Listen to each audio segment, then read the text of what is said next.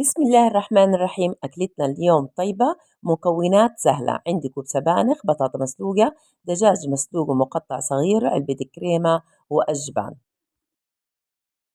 مقلاة على النار بها قليل من الزيت، وضعنا البصل ونكهناه بملعقة صغيرة من الفلفل الأسود، بهارات مشكلة وكاري، وأضفنا السبانخ.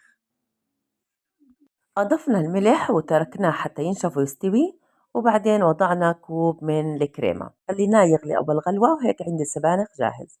رحنا للبطاطا وقطعناها دوائر، راح نضع طبقة منها في صحن قابل لدخول الفرن. راح نضع طبقة من السبانخ، وبعدين راح نضع طبقة من الدجاج المسحب، وآخر شي راح نضع طبقة من الأجبان، وهكذا راح نضع الطبقات. طبعا الطبقات على حسب رغبتكم. راح نضع كوبين من الكريمة في صحن، ونضيف عليها مكعب من مرق الدجاج وملح، ونسكبه على طبقات السبانخ مع البطاطا، بعدين منقصدرها بالفرن. صراحة كانت الوصفة طيبة وشهية، وهيك وصلنا لنهاية وصفتنا. بتمنى إن الفيديو عجبكم، وإلى اللقاء في وصفة جديدة. مع السلامة.